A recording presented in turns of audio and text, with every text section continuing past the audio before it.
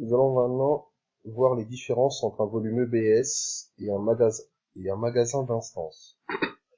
Alors, certaines instances ne sont pas livrées avec un volume EBS comme volume racine.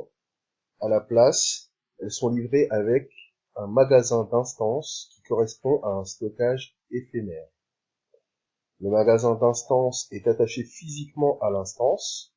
Donc, il faut se l'imaginer comme un disque dur physique qui se trouve dans la même baie informatique que le serveur sur lequel se trouve votre instance. Alors que le volume EBS, lui, est un lecteur réseau. Pourquoi utiliser le magasin d'instance? Il a de meilleures performances en entrée et sortie, étant donné que la liaison entre l'instance et son volume est une liaison physique. C'est idéal pour la mise en tampon, le cache, les données de travail ou pour du contenu temporaire.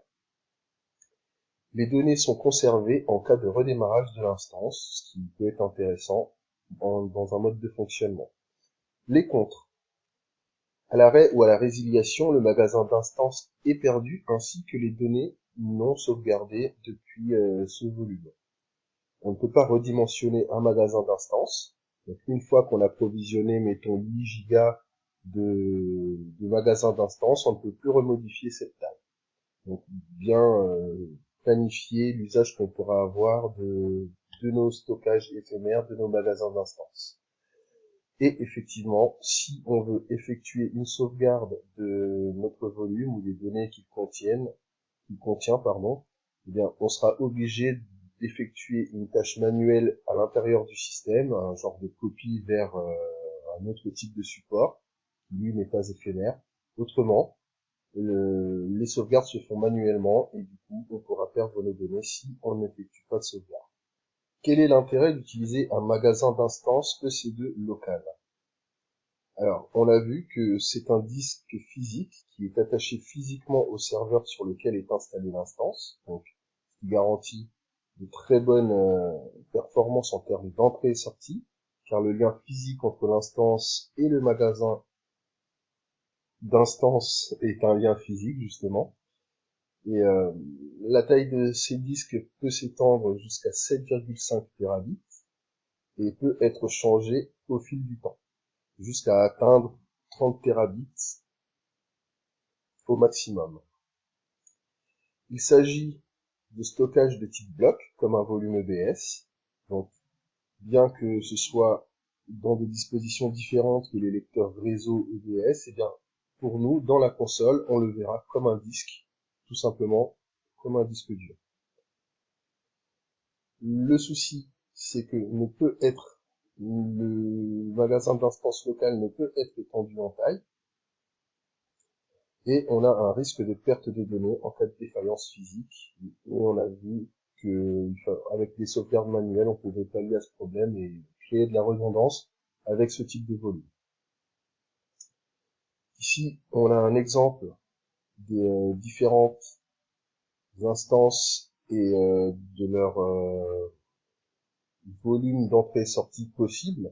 Donc si on prend une grosse instance, la X8 large par exemple, on voit ici qu'en lecture, elle est à 1,65 million d'IOPS par seconde, et en écriture à 720 000 IOPS par seconde. Donc, avec ce type de volume, on peut vraiment avoir des performances en termes d'écriture et de lecture disque qui sont très élevées. Donc, idéal pour des applications nécessitant une très faible latence à ce niveau-là, au niveau des entrées-sorties. Maintenant, on va aller voir dans la console comment on met ça en place. Pour ça, on va simuler le lancement d'une instance. On va choisir comme d'habitude une Amazon Linux 2. Et c'est ici où on va pouvoir choisir une instance avec un magasin d'instances. Donc ici, on a des instances qui ne sont qu'en EBS. Et puis là, on a le choix. Donc on va prendre par exemple celle-ci, la M5AD large.